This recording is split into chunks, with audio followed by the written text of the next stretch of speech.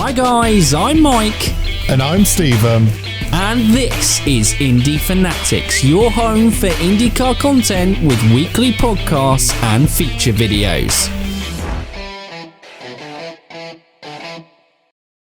Welcome back to the channel and to another feature video. Last time out we looked at the career of Pato O'Ward, so if you haven't already, check that one out. Don't forget, if there is a driver, team or topic you'd like us to look at in the future, comment below. But today we have another entry into our Who Is series. In the season opener at Barber, we saw a first time winner in the IndyCar series on his debut for Chip Ganassi. That driver, Alex Palou. And as viewer Samu Garcia had already requested a video on Palou's career, we thought it was a perfect time to take a deeper look into the young Spaniard's career. So it's time to ask, who is Alex Palou? Alex was born on the 1st of April 1997 in the Spanish village of San Antonio de Villamayor. Palou began karting at the age of 6 in 2003 and continued all the way through to 2013. He won 6 karting titles across his time competing in the category, with the most impressive title coming in 2012, winning the WSK Euro Series in the KF3 class. His relative karting success had led him to want to progress to the next stage of his career,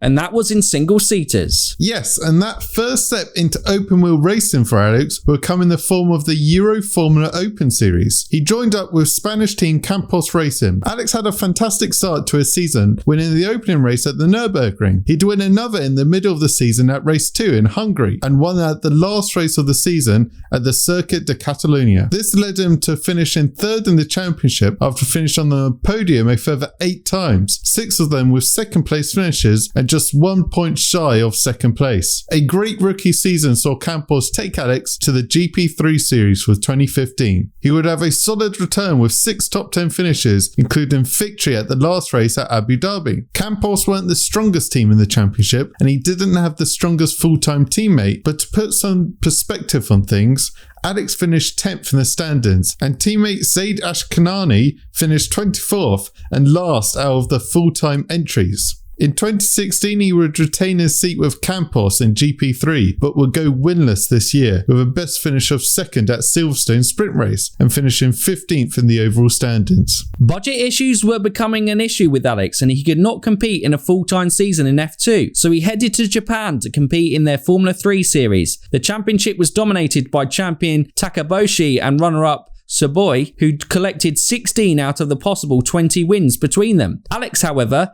finished 3rd, securing 3 of the other 4 possible victories, and the only other driver outside the top 2 to surpass 100 points that season. 2017 also saw him compete in the World Series Formula V8 3.5 Championship. He competed in 3 rounds and 6 races, securing a 3rd, 2nd and 1st place finish. The winner of the series will be a name that Indy fans will recognise in Pietro Fittipaldi, who makes his part-time return to the series this year, running the ovals for the number 51 car. Palou was actually able to compete in 2 rounds of the Formula 2 Championship for Campos, and starting on reverse grid pole in the Jerez sprint race. He led the majority of the race, but his tyres faded towards the end, leading him to fall to 8th. For 2018, Alex returned full-time to Europe to compete in the Formula 3 European Championship for High-Tech GP. He would have a solid season, finishing on the podium 7 times to bring him back a 7th place finish, but unfortunately it would not be enough for him to progress any further up the European ladder in a bid to reach F1. The following year, Palou would head back to Japan to compete in Super Formula and Super GT. He struggled in the GT competition, only securing 1 podium and finishing 15th overall. But in the open wheel Super Formula,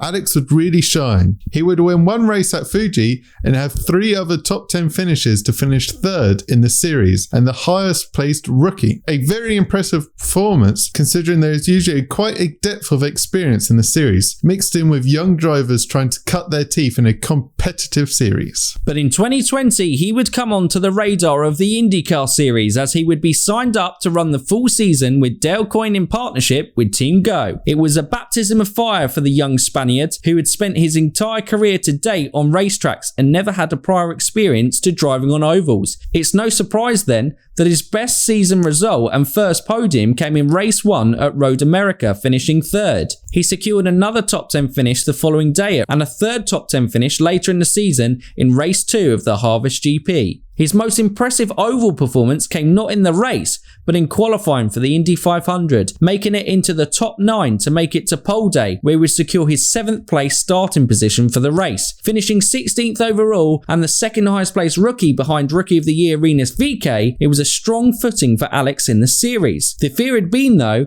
that he would not have enough budget to compete the following year and would be without a seat in the series. However, when Felix Rosenqvist left the number 10 Chip Ganassi seat open when he moved to Arrow McLaren SP, Chip had clearly seen enough in Palou to give him an opportunity, and he would be signed for a full-time ride in 2021 with Ganassi. And 2021 could not have started off better for Alex, grabbing the opportunity of a top ride with both hands as he won the season opener at Barber Motorsports Park, holding off 2 former champions, Will Power and Scott Dixon, to bring home his debut win in the series. But on a road course, maybe we shouldn't be surprised at the pace that Alex showed. The podium in Road America in 2020 had certainly shown promise, and in the IndyCar iRacing Challenge, he won the Montreal race and came 2nd in the round of Sebring. Though the virtual world isn't a definitive indicator to real-life performance, maybe it was a note that Alex is a really serious challenger now he has a team like Chip Ganassi behind him. After 1 round, it would be too early to make any definitive calls on how Palou's season will go, but the number 10 seat at Ganassi since the retirement of Dario Franchitti has found strong drivers in a difficult position to try and fill those big boots he left behind. But early signs from the young Spaniard suggest he certainly has the talent